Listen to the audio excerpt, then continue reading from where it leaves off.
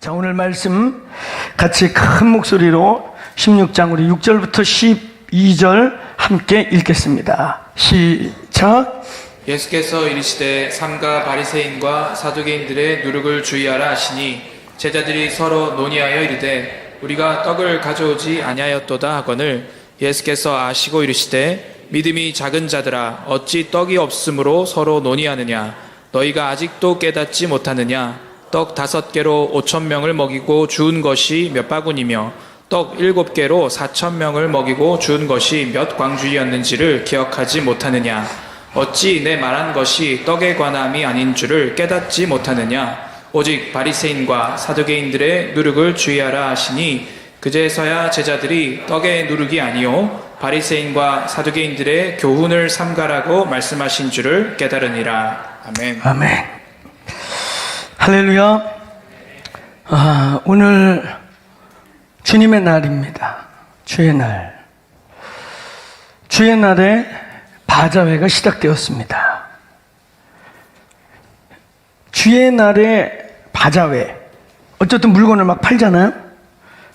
주의 날 바자회를 하는 이날 일부 예배 설교 본문이 마태복음 21장 12절부터 16절.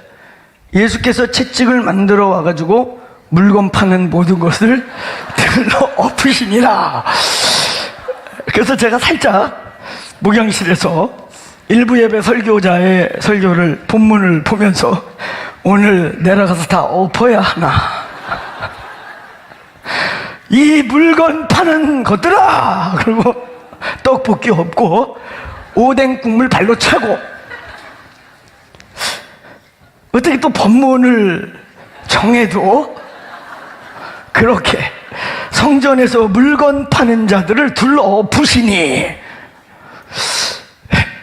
놀라운 본문이었어요. 근데 오늘 공교롭게도 순찰을 따라왔던 오늘 마태복음 16장의 본문 주제도 바리새인과 사두개인들의 누룩, 이 종교적인 누룩을 의도적으로 질타하시는 주님의 메시지입니다. 그래서 어쩌면 오늘 아주 굉장히 타이밍이 놀랍다. 물론 일부 설교자만큼의 드라마틱한 본문은 아니에요. 들러 엎어라 그냥 채찍을 만들어서 오늘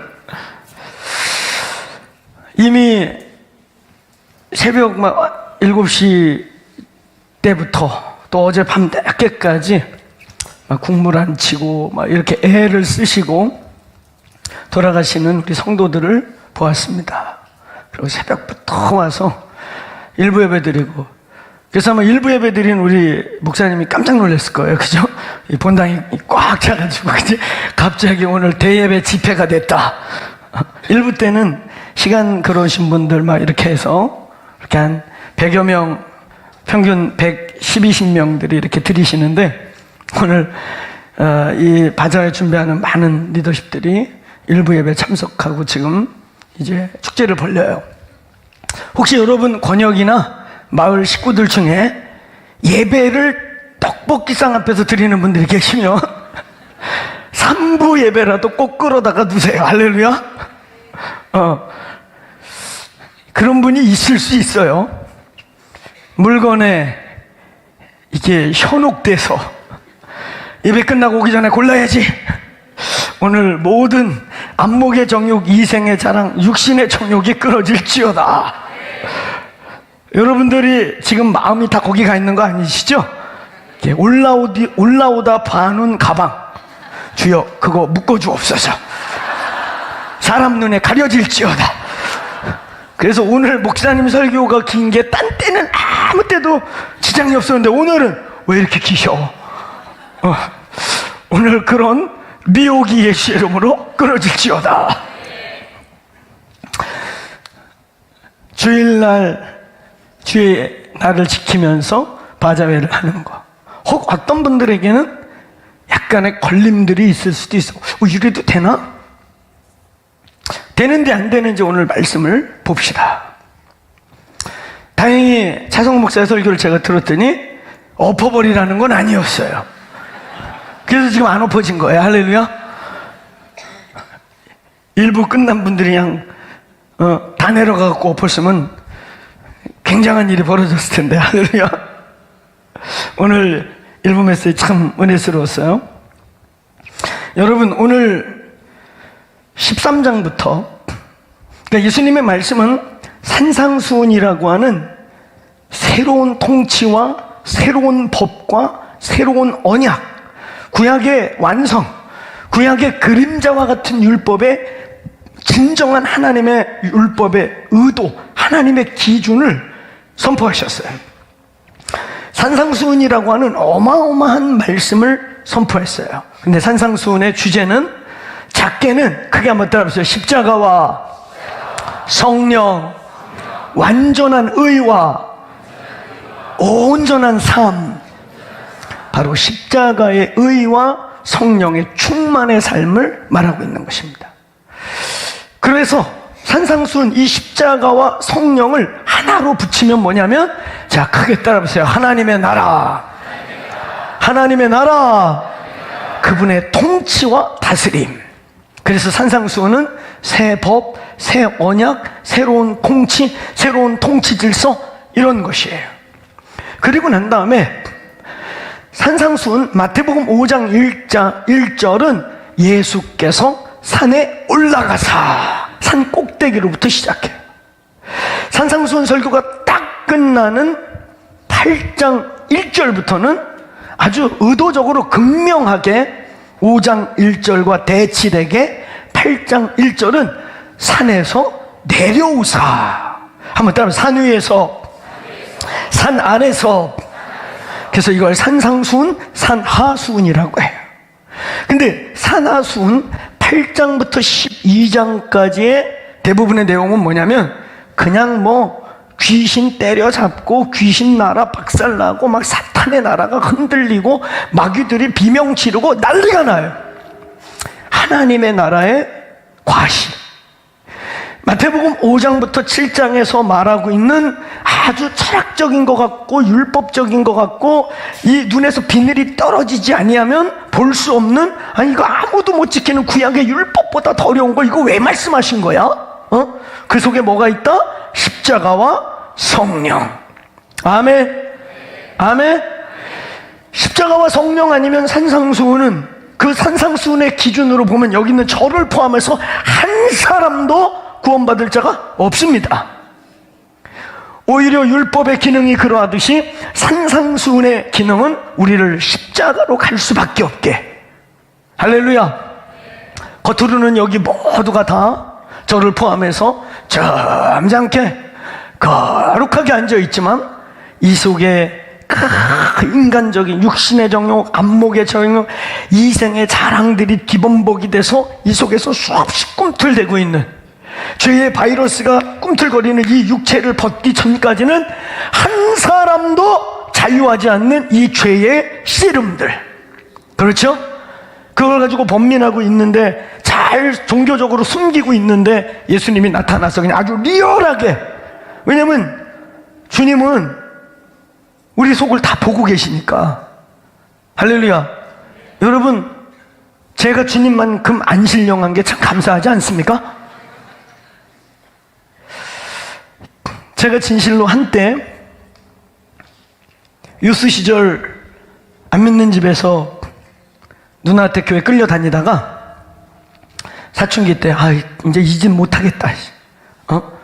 내가 이제 머리도 크고 이랬는데 누나 때문에 끌려다니는 교회 이제 못하겠다. 그래가지고 17살 고2 되는 여름 수련회 제 발로 갔어요. 제 발로. 하나님께 딜하고, 요번엔 누나가 말 꺼내기 전에 내 발로 간다. 누나가 너무 기뻐가지고 막 하나님 살아계세요 막 그러는 거예요. 근데 사실은 누나가 하도 수련회 철만 되면 짜증나게 하니까 이제 17살쯤 되니까 키도 크고 덩치도 크고 머리도 크고 하니까 누나 말 듣고 싶지가 않은 거예요. 그래서 그날 제가, 하나님, 있는 것도 같고 없는 것도 같고, 어떤 때 기분 좋을 때 있는 것 같고 기분 나쁠 때 없는 것 같기도 하고, 그런 하나님, 내가 이번에 내 발로 갑니다. 내 발로 가는데 안 나타나시면 나는 할 만큼 한 거예요. 당신은 없는 거예요. 저는 이제 내 삶의 주인은 납니다. 내 마음대로 살 거예요. 그러고 갔는데 어쨌든 거기서 3박 4일 수련회 둘째 밤, 셋째 날 밤 부인할 수 없는 주님이 오셨지요.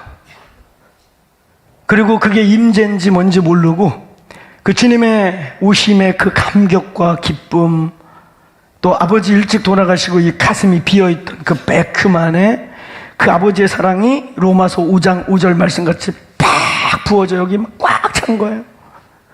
내가 왜 그 직전 1년을 엄청 방황했는데 고등학교 1학년 2학기 올라가는 그 여름 가을부터 방황이 시작돼가지고 2학년 2학기 되는 그 여름 수련회 주님 만나기 전까지 1년 동안 평생 놀고 다 논 것 같아요. 왜 방황하는지도 모르고 막 역말살 낀 사람같이 진짜 그냥 싸돌아다니고 까질러 다니고 막 방황하고, 그 방황하다가 집으로 돌아올 때 되면 있잖아, 이 가슴이 뺑 뚫린 것 같아가지고 어떤 때는 달려오는 차에 그냥 뛰어들고 싶더라고. 사춘기 때. 애들하고 그렇게 깔깔거리고 막 그냥 산만 떨고 죄 짓고 집으로 돌아올 때 이 가슴이 막 그냥 찬바람이 막 대양대양하는 것 같아. 그래가지고 진짜 달려오는 차에 확 뛰어들고 싶은 막 이런 충동이 느낄 만큼의 공고함. 근데 거기에 로마서 5장 5절에 하나님의 사랑이 부은 바 되어 그냥 팍 부어져서 오버플로잉 되기 시작하는 거야. 그 어린 마음에 이거 떠나갈까봐, 아침 저녁 학교 가서 이거 떠나갈까봐 그냥 짬만 나면 수업하다가도 학교 월담하고 나가고 그 옆에 교회 가서 기도하는 거야. 그럼 이제 지금 우리 표현으로 하면 임재, 주님의 임재인데, 제 그때 어린 마음에 예수님 계시는구나, 오늘 안 떠났네. 그 학교 끝나고 가던 길에 또 얼른 교회 들러가지고 막 기도하면 그 조금만 예수님 여기 계시네. 그 예수님 떠나갈까봐 무서워서 시작한 기도. 그래서 중고등학교 시절에 5시간, 7시간, 8시간 예수님 너무 이 뜨거운 감격, 이 주님의 사랑이 커서, 그러면 저의 삶이 완전히 180도 바뀌면서 진짜 17살 때부터 공생애가 시작되었습니다. 할렐루야. 진짜 공생애. 여러분도 다 공생애를 사셔야 되는 거예요. 믿습니까?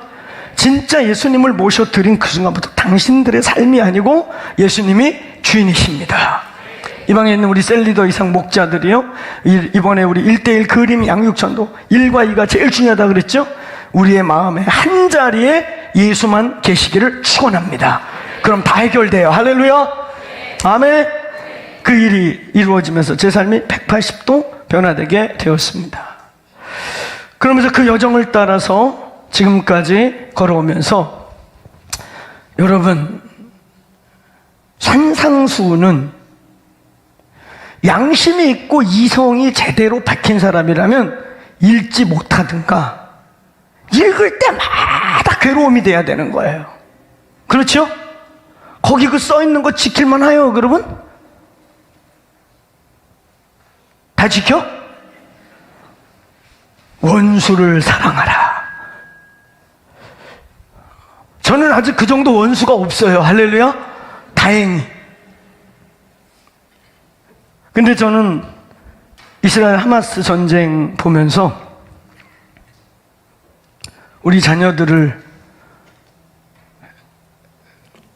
깨끗하게 목숨을 가져갔어도 화가 날 텐데, 영상에 내보낼 수 없을 만큼 도륙을 해서 어린아이들 시체를 막 40명씩 쌓아놓고, 근데 왜 언론은 자꾸 이스라엘만 욕하려고 그러냐?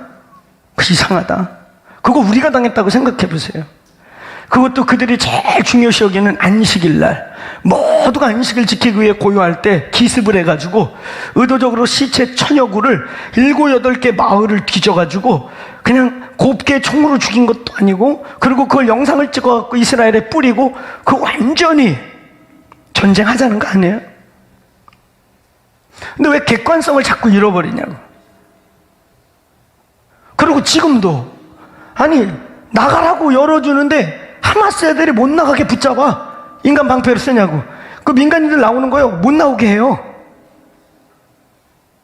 근데 왜 공격은 그러니까 이성을 갖고 제대로 생각하라고. 뭐가 정상인지. 인간 방패로 삼고 민간인들 못 나가게 붙잡고 그러는데 왜 이스라엘만 탓이야? 이스라엘이 잘한다는 뜻은 아니에요. 그래서 우리가 처음에 이 전쟁을 놓고 뭐라고 기도했어요? 살육의 영이 역사하지 않게 기도합시다. 이쪽이든 이쪽이든 막 분노를 북돋아서 무고한 살육전이 벌어지지 않게 기도합시다. 아멘. 근데 객관성은 가져야죠. 누가 먼저 시작을 했고 누가 화가 날 일인지. 그렇죠? 사랑하는 여러분, 이성을 갖고 산상수훈을 보면 거기 있는 내용 지킬 수가 없어요. 그냥 눈으로 흘기면 살인했고, 지나가다 여인을 보고 음욕을 품으면 하나님 눈에 이미 네 속에 간음이 시작된 게 보이고, 아무도 지킬 수 없습니다. 그래요, 안 그래요? 결국 산상수훈은 우리로 5장 20절 완전한 의, 바리새인의 의만큼 되지 않는 한 아주 강한 부정, 결단코 천국 갈 수 없다. 그리고 5장 끝에 48절, 하나님의 온전하심 같이 너희도 온전해라. 이게 말이 됩니까? 아니, 하나님의 온전하심을 우리가 어떻게 온전함을 흉내내? 그죠? 근데 예수님은 그걸 선포하셨어요. 결국 이게 무엇인지 아세요? 오늘 우리에게 완전한 의, 저와 여러분의 완전한 의, 죄의 바이러스가 가득해서 조금만 짬을 줘도 이것들이 우리를 지배하려고 하는 불완전한 저와 여러분에게 우리에게 완전한 의는 십자가입니다. 십자가입니다. 그 십자가의 능력이 우리의 죄의 소욕을 소멸시키고, 할렐루야. 그러니까 우리가 그토록 많이 부리는 보혈 찬양, 보혈의 능력, 육체의 정욕을 이기심은 보혈의 능력, 할렐루야. 그 보혈 십자가 속에 계속 들어가지 않으면 우리는 아무도 하나님의 눈앞에 의로울 수 없습니다. 아멘. 완전한 의와, 그럼 하나님의 온전함, 이 완전함과 또 다른 거거든요. 하나님의 온전하심, 이걸 우리 표현으로 하면 따라서 충만함. 그래서 우리는 성령님의 외적 충만인 9가지의 초자연적 은사를 사모할 뿐만 아니라 성령님의 내적 충만인 9가지 열매를 기도하시길 바랍니다. 아멘. 성령이 이 안에서 사랑을 할 수 있는 힘을 주고, 희락, 웃을 수 있는 힘을 주고, 할렐루야. 웃을 수 없는데 웃을 수 있게 해주시고, 아멘. 감사할 수 없는데 감사가 쏟아지고, 아멘. 제가 지난번에도 말씀드렸는데요, 저희 평창센터로 올라가기 전에 횡성을 지나야 돼요. 근데 그 횡성 지역에 지난번 저희 교회 오셨던 또 우리 황성주 박사님이 거기에 말기암 환자들 돌보는 센터가 있어요. 근데 거기 제가 몇 차례 방문하면 거기 계시는 분들은 이제 의학적으로 할 수 있는 게 아무것도 없어서 그냥 의학적 사역 선고를 받고, 그래서 거기서 별로 해줄 수 있는 게 없습니다. 그러니까 체크하고 고통이 심각하면 아도르핀 정도 놔드리고, 그러면서 그냥 좋은 공기 마시고, 우리나라에 이 사람 살기 제일 좋은 450고지 이상의 그런 곳에서 그냥 쉬시다가 돌아가세요, 이런 거예요 사실은. 근데 거기서 황 박사님이 의학 박사이고 이런 입장에서 어떻게 한 사람이라도 더 치유할까? 첫 번째는 하나님의 은혜가 필요하고, 믿습니까? 하나님의 치유의 광선을 바라고, 할렐루야. 그 다음에 우리가 할 수 있는 게 뭘까 하다가 이분이 거기서 하신 운동이 뭐냐면 5가지 오감사 운동. 그러니까 아침에 눈 뜨면 무조건 5가지 감사를 만들어서 선포하는 거야. 할렐루야. 그리고 주무시기 전에 또 그 5가지 내지는 또 다른 오늘 하루의 5가지를 생각해서 감사, 오감사. 오감사, 그러니까 느낌표 오 감사 이게 아니고, 지금 알아들었죠? 5 감사, 알겠죠? 이게 지금 오감사 그러니까 막 이러는 분들이 계셔서 지금 우를 잘 알아듣고 있나 내가 한번 체크하는 거예요. 오 감사가 아니고 5 감사, 알겠죠? 근데 이게 얼마나 어려운 일이냐면, 주무시다가 몸이 이상만 해도 나 내일 혹시 죽을지 모른다는 내일이 죽음의 공포에 시달리는 사람에게 세 가지를 어거지로 감사를 자아내는 것도 쉽지 않아요.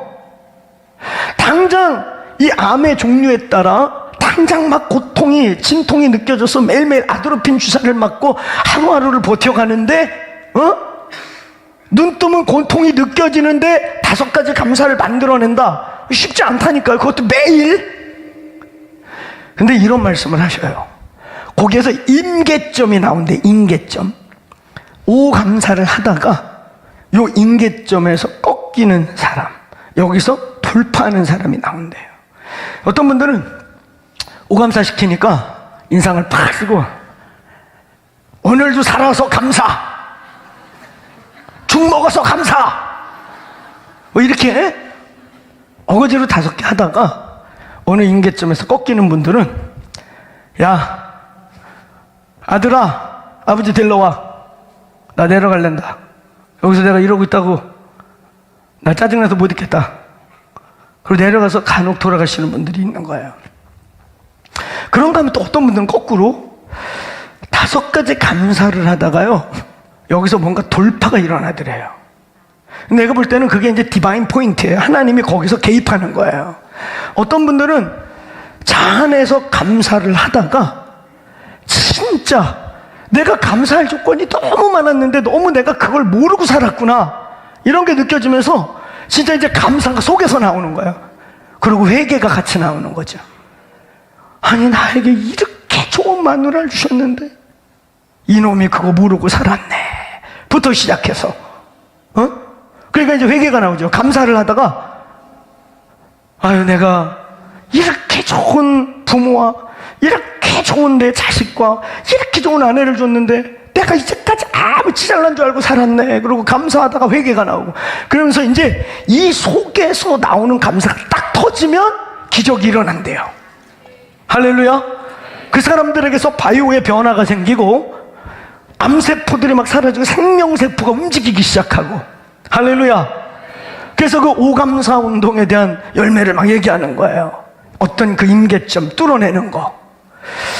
사랑하는 여러분, 오늘 저와 여러분이 성령으로 충만해서 9가지 열매, 내가 허벅지 꽂고 이 악물고, 어떤 면에서는 인위적으로 감사를 하고 인위적으로 9가지 열매를 맺으려고 씨름을 하다가 어느 날 성령이 이 안에서 역사하시길 축원합니다. 웃을 수 없는데 웃음이 나오고, 사랑할 수 없는데 사랑이 되고, 할렐루야. 절제 못하던 사람들이 자기를 딱 절제하기 시작하고, 근데 자기가 알아요. 이거 내가 아니야. 나 이때 못 참는 사람이야. 나 이때 안 돼. 그 누가? 내 속에 계신 주님이 하시는구나. 할렐루야. 산상수훈은 우리를 감사, 기도, 은혜, 십자가로 살아가는, 그래서 하나님의 나라를 살게 해주는 것입니다. 할렐루야. 그 원대한 하나님의 나라를 원리적으로 선포해놓고 그 다음부터 13장까지 엄청난 그 하나님의 나라의 실제, 귀신의 나라, 사탄의 나라를 막 박살을 내고 깨뜨렸습니다. 이런 엄청난 기적을 8장부터 12장까지 거기에 예수의 모든 기적사화 중에 제일 막 큰 것들이 들어있어요. 근데 중요한 건 뭐냐면, 그럼에도 불구하고 그렇게 기적을 보여주고 역사를 행하고 죽은 자를 살리고 사탄의 나라가 막, 귀신 마귀가 막 눈앞에서 드러나서 사람들이 그걸 수만 명이 모여갖고 다 쳐다봤음에도 불구하고요, 전혀 변화되지 않는 완악하고 강팍한 그룹들. 변화되는 게 아니라 예수의 메시아성이 드러날수록 오히려 더 강팍하고, 점점 갈수록 야, 더 살려두면 안 되겠다, 저 어떻게 죽일까 를 논의하기 시작했던 그룹들. 그래서 13장부터 오늘 우리가 읽은 16장까지의 그 안에 핵심은 뭔지 아세요? 왜 네 종류의 밭을 얘기했는가? 똑같은 놀라운 기적과 역사를 그 현장에서 같이 보는데 반응이 전혀 달라. 참 신기하지 않습니까? 똑같이 그 자리에서 죽은 자가 살아나고 귀신들이 막 소리를 지르면서 당신 하나님의 아들이요 그러면서 막 난리를 쳤는데, 반응이 똑같은 걸 보고 보고 만지고 겪었는데 결과와 반응이 너무 달라. 그것에 대한 설명으로서의 13장의 밭들.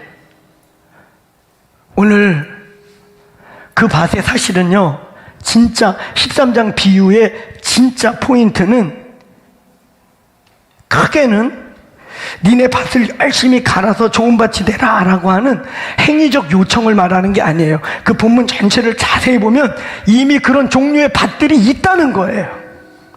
오늘 좋은 밭 되시기를 축원합니다. 좋은 밭으로 하나님의 은혜가 임하기를 축원합니다.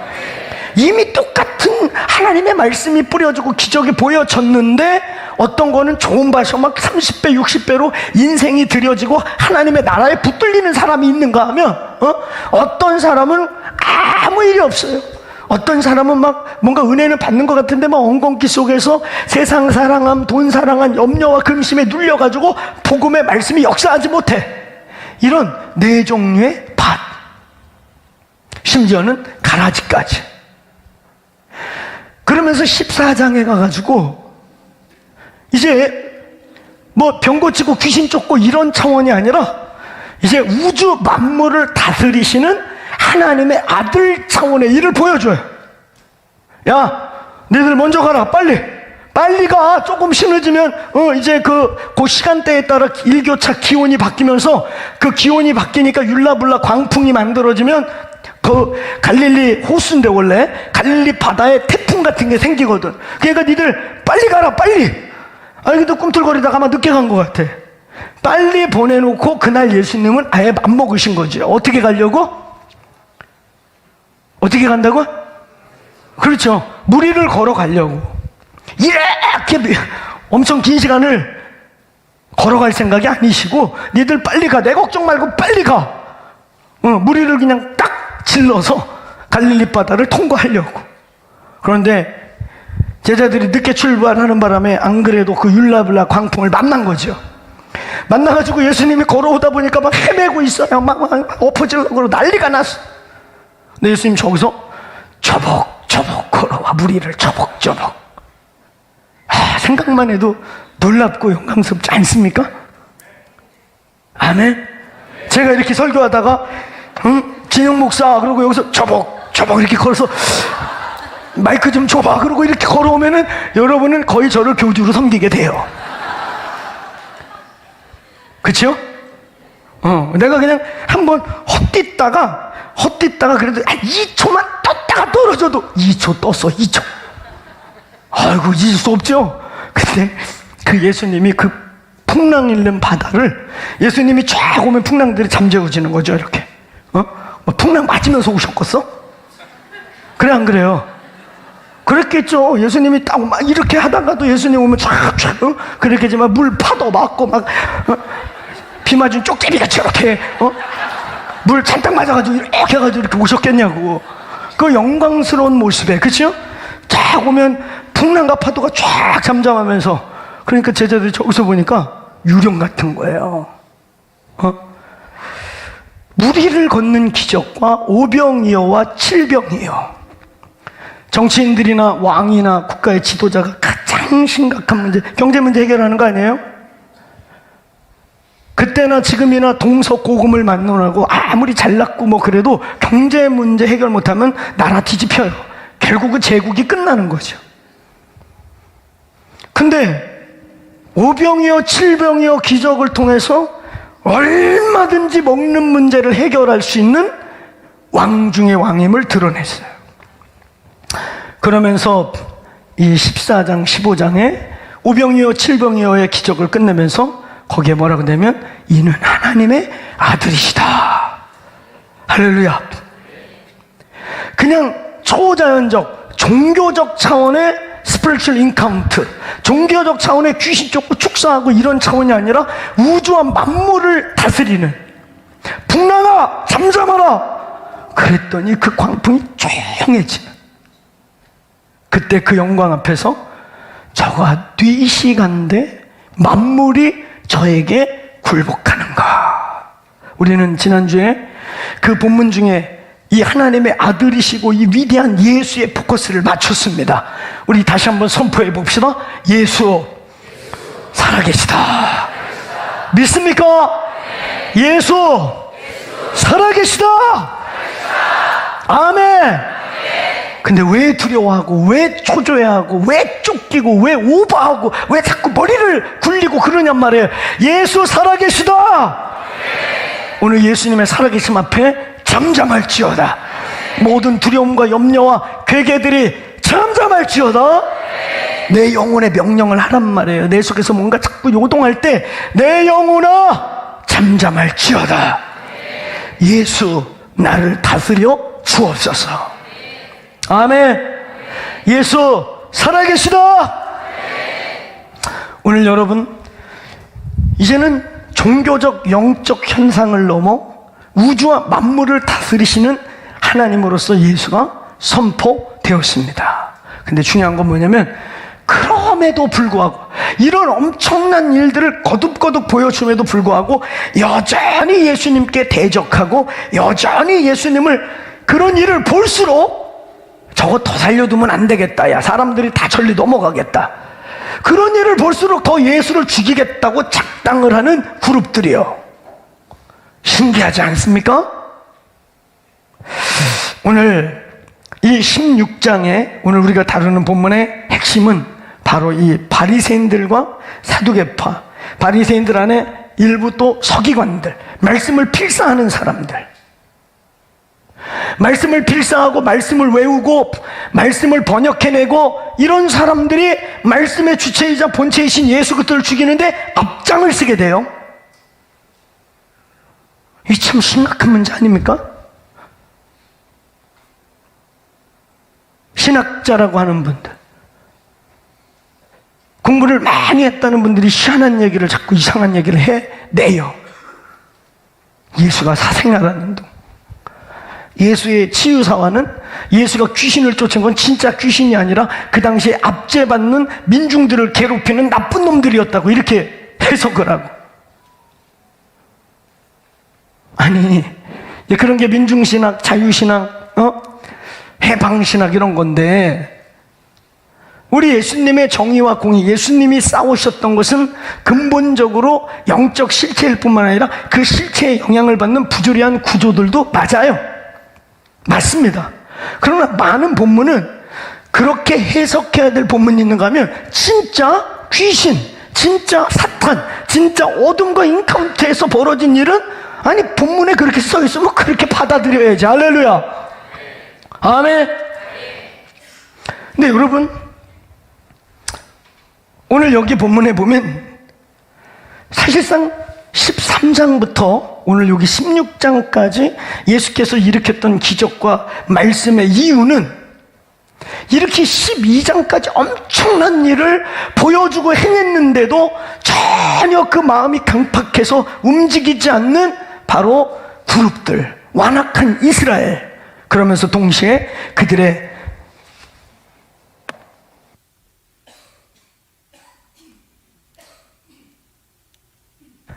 대표적으로 그런 부정적 믿음의 우두머리 역할을 했던 바리새인과 서기관들, 사두개인들, 이들 때문에 어떤 부분에서는 13장부터 16장까지의 말씀이 기록되게 돼요. 지난주에 다뤘던 가나안 여인, 자기 스스로도 맞아요, 나는 개예요. 그런데 그 개도 주인의 상의 부시럭지를 먹지 않습니까? 라고 말했던, 하나님의 치유와 하나님의 경륜과 섭리에 들어올 자격이 전혀 없어 보이는 그 사람에게 의도적으로 기적을 일으키고, 여기 있는 이 이스라엘 니들, 하나님 야훼를 맨날 부르는 니들보다 내가 이스라엘에서 이렇게 큰 믿음을 못 봤다. 아멘. 이게 다 이방인들이에요. 백부장도 이방인, 이 사람도 이방인. 그러면서 의도적으로 너희들의 완악함을 깨우기 위해, 일깨우기 위해, 그리고 그런 현상을 지켜보고 있는 예수님과 그 완악한 무리들, 아니 이런 기적이 일어났는데도, 이렇게 엄청난 일이 일어났는데도 예수를 계속 죽이자고 그러고 돌 던지고 뻑하면 예수를 잡으려고 그러는 이런 사람들과 예수 사이에 있는 제자들, 이게 포커스예요, 여러분. 이게. 제 말 이해가세요? 이 완악하고 강팍한 그룹들, 어쩌면 예수님의 밭에 비유해 보면 그냥 원래 얘는 마당이야, 혹은 얘는 아직 상태가 돌짝이야. 그런데 니들은 옥토야. 내 말씀을 받고 있어, 그제? 그러면서 쭉 이어지는 예수님의 사실 포커스는 뭐냐면, 얘네는 원래 길가야, 얘네는 원래 돌밭이라 못 알아들어. 이거 봐도 죽은 자들이야. 그런데 오늘 이 예수와 이 돌짝밭 혹은 길가밭 같은, 원래 죽어서 아직 소망이 없어, 누가 이거 갈아엎기 전에는. 그런데 말이죠, 이 중간에 껴있는 옥토밭 같은, 혹은 잡초가 많이 나긴 났어도 생명이 움직이고 있는 가운데 있는 우리, 예수는 내가 하나님의 아들이라고 수없이 선포하고 보여주고 깨닫게 하고 설파하고 설명하고 있어요. 그렇죠? 근데 아무리 그래도 이미 죽어있는 자들, 이미 그냥 주의 이 말씀이 아무리 떨어져도 생명의 작용을 할 수 없는 길바닥, 돌짝밭, 얘들은 그렇다 치자. 근데 얘들과 나 사이에 있는 너희들은 왜 정신을 못 차려? 너희들은 왜 정신을 못 차려? 이 본문의 포커스는요, 그 중간에 있는 저와 여러분 같은 자들을 향한 주님의 메시지예요. 지금 누구에게 말하는 것 같아요? 지금 이 말씀을 풀어줄 때도 바리새인 서기관들은 다 갖고 제자들에게 비유를 설명해 줄 때 이야기들이 많아요. 그럼 누구냐? 저와 여러분이요. 여러분은 살았습니까? 살아있습니까? 이런 상황 속에서의 우리의 스탠스, 아예 길바닥이거나 돌짝밭이어가지고 말씀의 생명이 없다, 그럼 그렇다 치자 이거야. 근데 무리를 걷는 것을 본 너희들, 그래서 내가 걸어 그래갖고 몇 발짝 걸어본 너, 가장 나와 함께 먹고 자고 지금 거의 3년 가까이를 이렇게 보내고 있는 너희는 뭐야? 그러면서 지금 제자들을 흔들어 깨우고 있는 거란 말이에요. 아시겠습니까? 그래서 제가 다음 주에 다룰 말씀의 시작이 얘들아, 자, 저 죽은 것들, 그냥 원래 나를 대적하기로 작정된 마귀의 자식들, 걔네 빼고, 그럼 너희, 말씀이 들어가서 살아있다는 너희들아, 니네는 그럼 이 엄청난 말씀이 육신이 된 하나님을 만지고 보고 동고동락하고 있는 너, 근데 전혀 아무리 이렇게 보여줘도 이단처럼 보이고 죽여버리려고 하고 자기들 밥그릇을 뺏어갈 경쟁자로만 보이는 이 원래 죽은 바리새인과 서기관, 사두개인들, 심지어 그것을 요한복음 8장 44절은 저들은 마귀의 새끼요 마귀는 거짓의 아비라 저들 속에서 거짓말이 나오는도다. 아예 마귀 새끼로 치부했다 이거예요. 그런데 너희는 뭐니? 그래서 그 다음 본문에 뭐라고 나와요? 얘들아, 동네 사람들이 날 뭐라고 하더냐? 날 뭐라고 해? 그랬더니 뭐라고 그래요?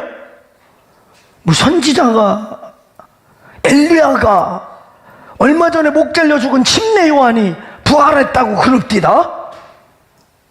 주님의 포커스는 여기에 있죠. 그래, 동네 사람들이 그렇게 말하면 그럼 너는 나를 뭐라고 하느냐? 제가 여러분에게 묻겠어요. 여러분, 예수를 누구라고 부르십니까? 그러니까 가만히 있어봐. 이렇게 이렇게 하면 안 돼요. 정답은 없어.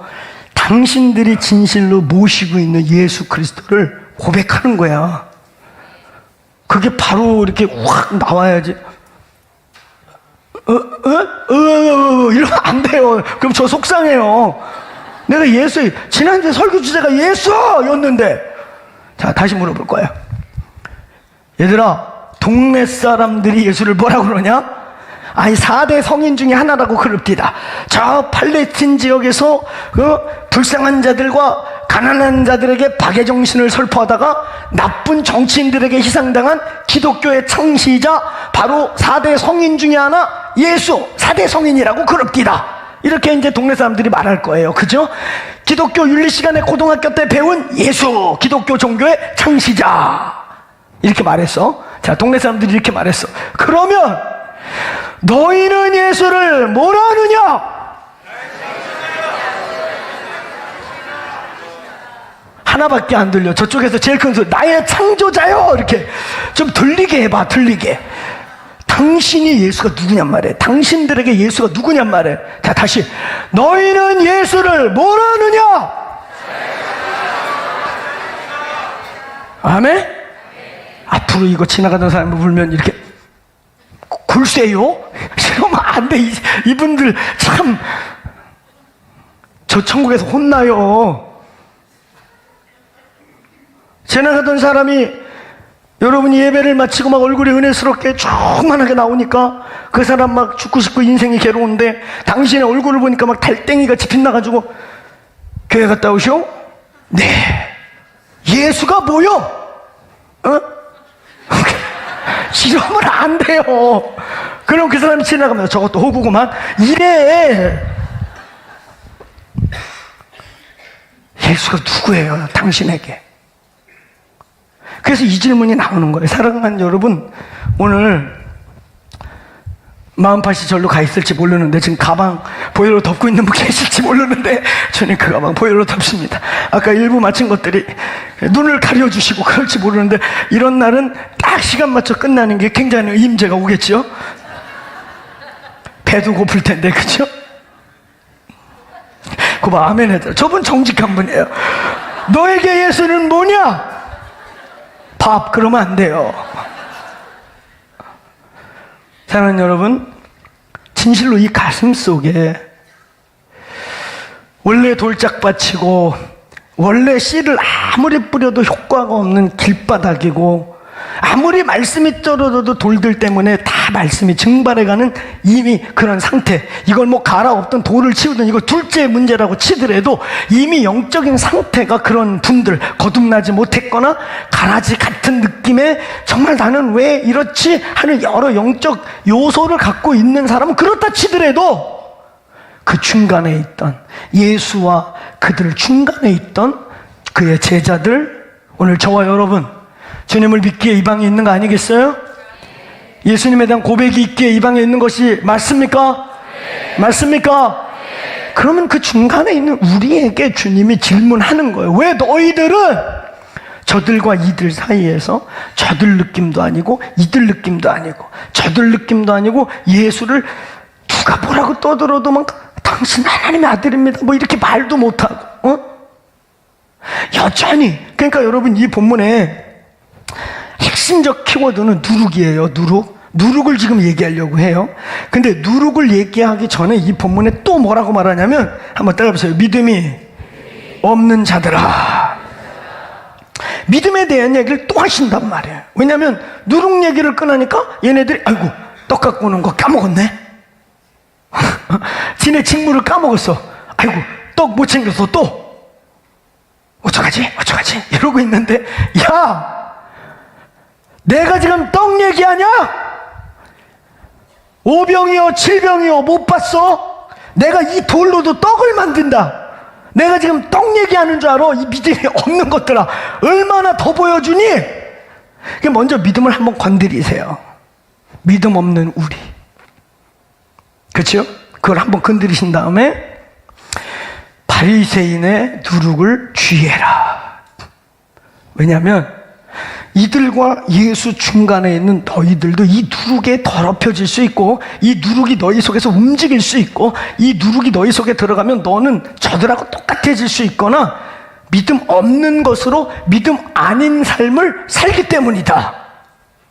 아시겠어요? 여기 있는 이 사람들 욕할 이유가 없어요. 당신과 우리들 속에 누룩이 들어가면 이 누룩이 퍼지면 똑같이 된다는 거야. 이 믿음 없는 자들아, 니들은 무리를 걷는 걸 밤중에 아무도 못 본 걸 니들이 봤고, 넌 물까지 걸었잖아, 베드로. 오병이어 칠병이어 봤잖아. 내가 지금 그런 떡 얘기하고 있냐? 그러면서 영적인 이야기, 너희들의 마음을 저들같이 저렇게 완악하고 강팍한 자들과 같이 만들어버리는 누룩들이 네 안에서 퍼지지 않게 주의하라. 아멘. 그 누룩이 퍼지면 우리도 똑같이 됩니다. 그 누룩에 잡히면 여러분도 똑같이 됩니다. 무리를 지가 저벅저벅 걷다가 빠진 그 엄청난 예수의 신적 기적에 참여했던 사람인데도 이 누룩에 잡혀버리면 저들 돌짝밭에 길가봐에 그냥 마당이야. 그건 밭이 아니에요. 그런 자와 똑같이 된다. 그 중간에 있는 너희여 깨어나라. 아멘. 사랑하는 여러분, 오늘 말씀의 결론이에요. 오늘 이 결론은 우리를 자꾸 믿음 없게 만들고 우리의 영혼을 그늘지게 만들고 우리의 영혼이 어두워지게 만들고 우리의 영적 상태가 저 돌짝밭이나 길가밭 같은 아예 하나님의 말씀이 받아질 수 없는 상태로 우리를 만들어버리는 요소, 바로 누룩. 오늘 예수의 이름으로 저와 여러분 안에 혹시 누룩이 퍼지고 있다면 이 밤에, 이 아침에 제가 열방을 섬기다 보니까 막 밤에도 줌으로 뭐 하고 이러니까 밤낮이 헷갈려요. 조명 켜놓고 이러니까 이 밤 같아요. 오늘 이 아침에 깨어나시길 축원합니다. 예수의 이름으로 그 누룩들이 이 아침에 성령의 불로 소멸될지어다. 오늘 이 누룩이라는 것의 의미는 효소지요, 효소. 요만큼만 집어넣어도 확 번져버리는. 근데 이 누룩이라는 것은 성경에서 긍정적으로 쓰인 적도 있어요. 긍정적으로. 어느 부분이 긍정하냐면, 오늘 여러분 누가복음 13장 20절 21절에 보면 어떤 여자가 가루 서말에 조금 넣는 요 누룩, 효소가 그 빵을 이렇게 부풀린 얘기가 나오죠. 그러면서 20절이 중요해요. 20절이 20절 이르시되 하나님 나라를 무엇에 비교할까? 그러니까 하나님의 나라라는 게 머리 숫자 많다고 대단한 일 일어나는 거 아닙니다. 머리 숫자 적어도 효소 같은 사람이 있으면 이게 막 많은 세상에 들어가고 그 안에서 막 효소 작용이 일어나가지고 그냥 하나님의 나라가 갑자기 부풀 수 있다는 거예요. 오늘 여러분들 하나님 나라의 누룩이 될지어다. 하나님 나라의 효소가 될지어다. 긍정적으로 쓰인 거예요. 그런가 하면은 사도행전에 보면 이 사도 바울을 뭐라고 표현했냐면 24장 5절에 사도 바울을 따라하면서 연병 같은 사람. 이 누룩 퍼지는 것처럼 바울이 복음을 증거하고 막 지역이 변화되고 막 복음이 빨리 퍼지니까 이 사람을 뭐라고 하냐면 전염병, 연병 같은 사람. 마치 효소가 번지는 것과 같은 표현이에요. 요런 몇 부분은 긍정적으로 표현됐지만 대다수 성경에 나와 있는 이 누룩은 특별히 오늘 본문을 중심으로 부정적 표현이에요. 안 좋은 게 퍼지는데 되게 빨라. 그쵸? 얘가 요즘 가끔 정치하는 분들 보면 그냥 사실도 아닌 걸 일단 막 던져. 그거 아니면 팩트를 해서 그건 아니었습니다를 해야 되잖아? 아니면 말고. 그리고 계속 거짓말을 던져. 그럼 문제는 뭐냐면 그걸 또 믿는 자들이 꽤 생겨. 이게 누룩이에요. 근거가 없는데 그냥 쫙 퍼져가지고 마음이 문제가 돼요. 제가 지난 주빌리 때 아마 잠깐 얘기했나 하여튼 요즘 여러 종류의 정신적 스트레스와 질병들이 많은데 그 망상장애 혹은 소시오패스 막 이런 사람들 있잖아요. 근데 이 사람들의 특징이 뭐냐면은 그 문제 외에는 너무 정상적이에요. 정상적인 우리보다 어느 부분은 더 아주 스탠다드하고 꼼꼼해. 그러니까 그 사람 말이 그냥 다 진짜인 줄 알아. 그것 때문에 내가 한 번 더 얘기하는데, 우리 혜인이 안 왔습니다. 알겠죠? 얼마 전에 엘리베이터를 이렇게 우리 집사람하고 나하고 이렇게 타고 있는데, 우리 교회 한 청년애가, 걔가 그렇게 극성 맞을 정도는 아닌데, 이제 이렇게 엘리베이터가 이렇게 이제 열렸어요. 열렸다가 아무도 안 타. 그래서 이렇게 닫히고 있는데, 걔가 이렇게 보니까 우리가 있는 걸 알고, 목사님 잠깐! 그러고 발을 집어넣고 막 이렇게. 그래서 엘리베이터를 멈추더라고. 왜 그래? 왜 이래? 그랬더니, 저기 목사님, 혜인이 안 왔다 갔죠? 뭔 소리야? 혜인이 안 왔죠? 안 왔죠? 안 왔지. 왔으면 전교인이 알지. 혜인이 귀신이 왔냐? 그렇지, 안 왔죠? 아니, 근데요, 목사님. 우리 공동체에 한 자매가 있는데, 이 자매랑 아주 친한 다른 교회 언니가 계신데, 그 언니가 우리 친구 보고 혜인이가 왔대요. 그리고 같이 있었대요. 그래가지고 막 얘기를 했는데, 그 시어머니가 좀 못됐더라. 그 시어머니 누군지 모르겠어요. 할렐루야. 그러면서 그 시어머니가 못됐는데, 며느리를 그렇게 겁박을 주더라고. 그러면서, 내가 옆에 있어 무안했어. 그런데 옆에 해상이 형제가 나를 유독 챙기더라고. 키는 이거예요. 알겠죠? 이렇게 얘기를 했대. 그걸 이 친구가 듣고 그 셀에서 얘기가 나온 거야. 그래갖고 거기 있는 한두 명이, 아니 혜인이가 왔으면 전교인이 알 텐데. 근데 너무 진짜같이 얘기하니까 우리한테 물어보는 거야. 닫히고 있는 엘리베이터를 이렇게 열고 들어와갖고 붙잡고, 목사님 혜인이 안 왔죠? 그러니까 여러분들에게 말씀드릴게요. 안 왔습니다. 혹시 혜인이의 영을 보신 분들이, 우리 혜인이를 너무 귀하게 여겨서 막 중보하다가 영을 본 자들이 있을지 모르겠어요. 영을 안 왔어. 알겠습니까? 몰래 안 왔다 갔어. 여기 지금 몇 분이 지금 누룩을 먹었나 봐. 온 거 아니요? 이런 표정이야. 안 왔어. 여러분, 이게 진짜 세상 말로 환장할 일이죠. 그러면서 이 말을 이 청년에게 전한 이 청년이 뭐라 그랬냐면, 그 언니 멀쩡한 언니야. 괜찮은 직장도 다니고 괜찮아. 그때 내가 얼핏 듣고 우리 혜상이보다 한 10살 많다고 그랬죠? 혜상씨가 늘 챙겨준대. 우리 혜상이 딴 데 가서 그걸 챙길 일 없습니다. 대전에서 핵교 댕겨요. 알겠어요? 근데 이게 웃을 일이 아니고요. 이게 망상장애예요. 치유가 필요한. 핸드폰으로 어떤 분이 여러분 계속 감시하는 거 당하고 있는 분 있으세요?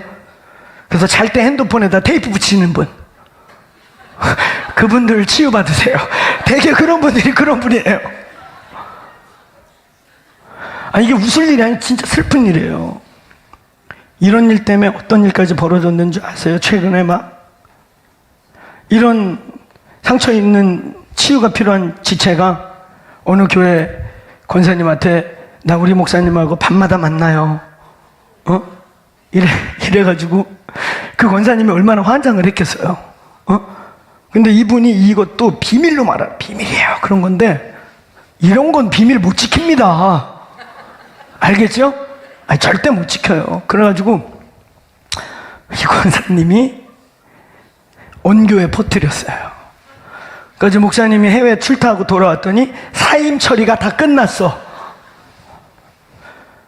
그런데 나중에 이 지체가 자기 비밀이라고 얘기한 게 다 퍼진 거 알고서는 그거 거짓말이었다고.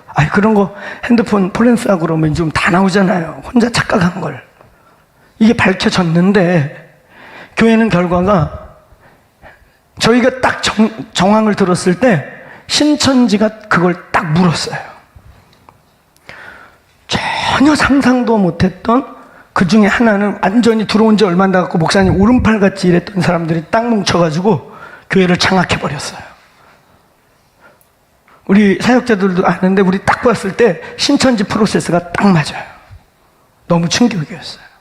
그들에겐 절호의 기회예요. 아니면 말고. 팩트는 중요하지 않아. 여러분, 바리새인들과 서기관들의 누룩, 저와 여러분의 영혼을 그늘지게 하는 어둠들, 오늘 이 본문을 통해서 결론적으로 우리는 항상 세 가지를 조심하셔야 돼요. 첫 번째, 비본질인 전통과 인습에 매이지 마십시다. 아멘. 본질을 모르면 사람들이 비본질에 자꾸 매이기 시작해요. 여러분, 본질이 뭔지 아세요? 이 교회 본질이 뭔지 아세요? 예배 폼이 본질이 아니에요. 폼의 문제냐, 미닝의 문제냐. 많은 사람들이 의미가 중요하냐, 틀이 중요하냐, 이런 싸움을 자꾸 해요. 사실은 둘 다 필요하고 둘 다 경우에 따라 중요합니다. 믿습니까? 둘 다 사실은 어떤 땐 중요해요. 그러나 뭐가 더 중요하냐라고 할 때 의미가 더 중요하죠.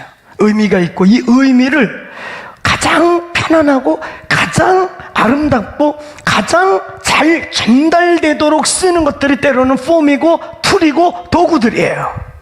그렇겠죠? 오늘 바리새인과 서기관들이 계속 예수님을 도전하는 것은 13장, 14장, 15장 보면 왜 네 제자들 손 안 씻고 음식 먹냐? 이런 얘기. 근데 이거 율법에 아무 데도 안 나와요.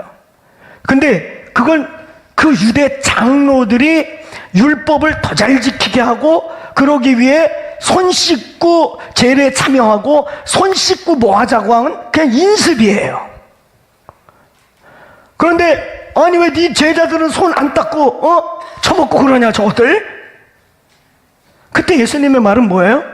입으로 들어가는 게 우리를 더럽히는 게 아니라 입에서 나오는 이 악한 말들과 악한 의도와 악한 괴계가 더럽다. 오늘 주일날 물건도 팔아요. 바자회도 합니다. 혹시 이것이 인습과 전통 때문에 어려운 분이 있다면 저는 자유함을 선포합니다. 여러분, 본질이 뭔지 아세요? 본질은 다른 게 아니에요. 십자가와 성령. 십자가, 말씀과 성령, 기도와 예배. 이게 본질이에요. 아멘. 저와 여러분이 구원을 받는 것은 여러분 무슨 뭘 잘 지켜서가 아니에요. 십자가와 성령으로 구원받음을 선포합니다. 아멘. 십자가와 성령 안에 자유할지어다. 본질은, 우리의 구원의 본질은, 우리가 하나님 나라의 본질은 어떤 행위, 눈에 보이는 게 아니라 십자가와 성령, 바로 말씀과 기도와 예배가 본질이다. 본질을 모르면 가짜 틀을 갖다 자꾸 들이대고 가짜 인습과 세습과 인간 어떤 것들 갖다 대면 거기에 자꾸 매이고 부자연하고 그걸로 정죄받고 그래요. 오늘 예수 이름으로 끊어질지어다. 끊어질지어다. 우리가 이런 인습, 전통, 오늘 본질이 아닌 것에 묶여 있다면 자유하시기를 축원합니다. 두 번째, 인간의 눈으로 볼 때 바로 우리의 기준, 하나님의 눈의 기준이 아닌 우리의 기준이 바로 우리의 영혼을 더럽히고 어둡게 만들고 그리고 누룩처럼 퍼져나가요. 사람 보기에 옳은 것, 사람 보기에 보암직한 게 아니라 저와 여러분은 항상 하나님의 눈으로, 예수 그리스도의 눈으로 말씀을 기준으로 상황을 볼 수 있기를 축원합니다. 아멘. 그 다음에 세 번째, 육신의 정욕, 안목의 정욕, 이생의 자랑이라고 하는 우리의 육질의 본성으로부터 나오는 기준들, 나의 기질, 여러 기질도 우리 다 다르지 않아요? 그렇죠? 얼마 전에 한 부모님한테 재미난 얘기 들었어요. 아이가 요만할 때 3살 버들 여든 간다고 요놈 어렸을 때부터 정리를 가르쳐야겠다. 하도 정리를 안 하길래 정리는 이렇게 하는 거야. 그리고 탁탁탁 블록별로 엄마 이렇게 싸주고 이렇게 정리해. 그리고 며칠 있다 이렇게 와보니까 방이 또 난장판인 거야. 그래서 엄마가 호초리를 딱 들고 너 엄마가 정리법 몇 번 가르쳤지? 자, 그렇게 정리해. 그랬더니 얘가 땀을 찔찔 흘리면서 막 정리를 하는데 모든 물건을 방바닥에 일렬로 쫙 늘어놓더래. 그러면서 정리 다 했어 그러더래. 얘는 블록별로 안 돼. 근데 이 형제는 지금 30이 넘었어도 정리는 항상 모든 것을 쫙 펼쳐놓는 것이야. 근데 그 5살인가 4살 때 그 아이가, 난 그 말이 너무 웃긴 거야. 엄마의 기질로 야 엄마가 이건 저거 이건 여기 이렇게 블록을 정해줬잖아, 그렇게 해야지. 그랬더니 얘가 엄마 근데 너무 더워, 너무 더워지고 있어, 너무 더워지고 있어. 스트레스 받는 거예요. 이해하세요? 애기가 갑자기 블록을 막 설명해 줬더니 엄마 근데 갑자기 너무 더워, 몸이 열이 나 그러더래요.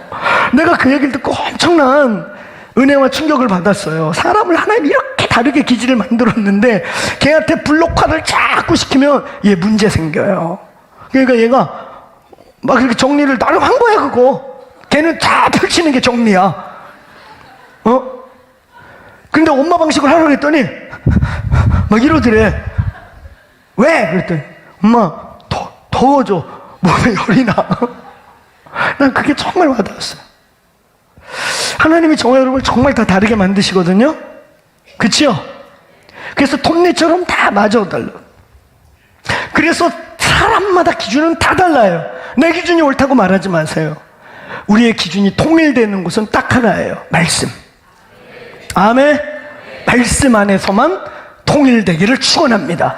근데 이 말씀이 아닌 육신의 정욕, 안목의 정욕, 이생의 자랑, 다 지 기준으로 기준을 정해놓고 사람을 자꾸 정죄하고 그 기준으로 바라보고 기준으로 나를 바라보면 내가 어두워지기 시작하고 사람이 더럽혀지기 시작하고 그 영혼이 점점 그늘지기 시작합니다. 오늘 예수의 이름으로 인간의 모든 인습의 기준이 깨질지어다. 말씀만 주님의 눈으로만 보시길 바랍니다. 아멘. 그래서 우리 이 다양성이 오늘 하나님의 말씀으로 가능해지는 것입니다. 오늘 기도하겠습니다. 우리 자리에서 함께 일어나실까요?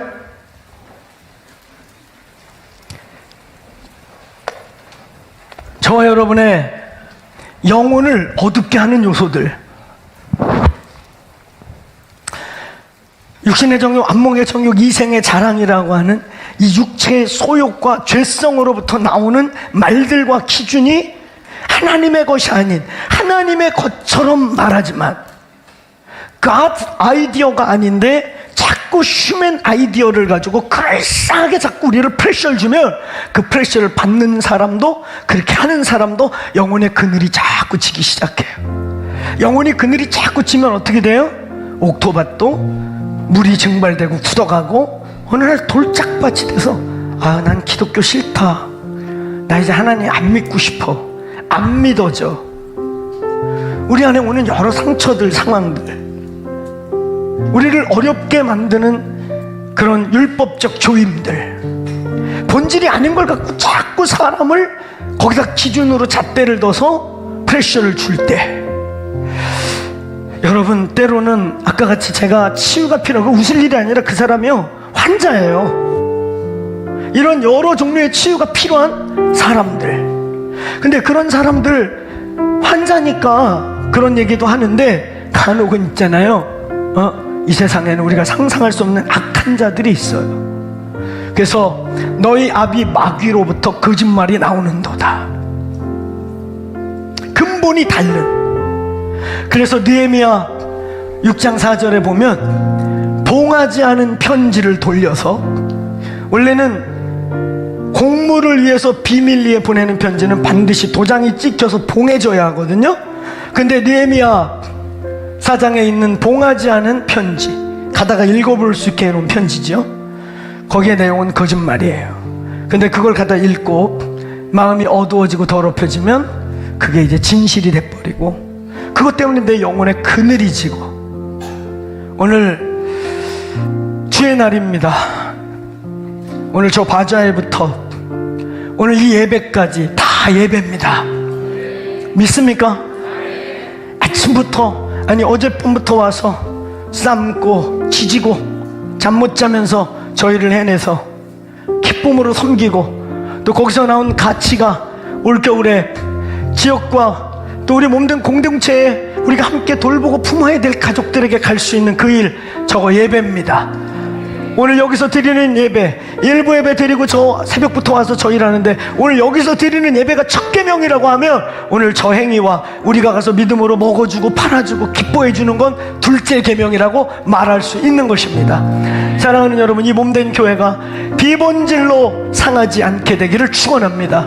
비본질 때문에 정죄받지도 말고 정죄하지도 말고, 비본질의 기준 때문에 내가 연약한 자인가 보다, 내가 못난 자인가 보다, 그런 생각하지 마세요. 오늘 예수의 이름으로 다 깨질지어다. 깨질지어다. 십자가와 성령, 말씀과 기도와 예배가 본질임을 선포합니다. 이거 살아있으면 돼요. 할렐루야. 오늘 모든 인습으로 나온 육신의 정욕, 안목의 정욕, 이 악한 것들로부터 나온 것 때문에 본의 아니게 더럽혀지고, 본의 아니게 가려지고, 본의 아니게 내 첫사랑이 사라지고, 본의 아니게 우리 속에서 일어나는, 여러분 열정이 불 꺼졌다면 그게 하나님으로부터 오지 않은 것일 거예요. 하나님이 알게 했고 하나님이 주신 것이라면, 여러분 중보를 하게 했거나 여러분의 영혼이 살아났거나 그걸 통해 깨어나게 되지, 점점 마음이 어두워지고 점점 하나님과 떠나가고, 그래서 주를 향해 옥토박 같던 마음이 돌짝밭이 되고 길바닥같이 말라간다면 그거 하나님으로부터 온 게 아니에요. 할렐루야. 오늘 주여 우리의 심령을 돌이켜 주옵소서. 내 영혼을 그늘지게 하는 모든 요소들이 예수의 이름으로 파쇄될지어다. 파쇄될지어다. 엄청난 기적을 보고 기적을 만짐받고 기적의 현장에 있었음에도 불구하고 돌같은 마음, 길바닥 같은 마음, 오늘 그런 자들은 우린 아닐 거예요. 그 중간에서 하나님의 살아계심을 알고 만났는데 갈팡질팡하고 있다면 오늘 예수여 내 마음을 사로잡아 주옵소서. 오늘 예수로 모든 가라지들이 사라질지어다. 예수의 이름으로 본질이 아닌 모든 것들이 소멸되고 축사되고 사라질지어다. 오늘 우리 주여 한번 외치고 기도하고 축도로 마치겠습니다. 기도합시다.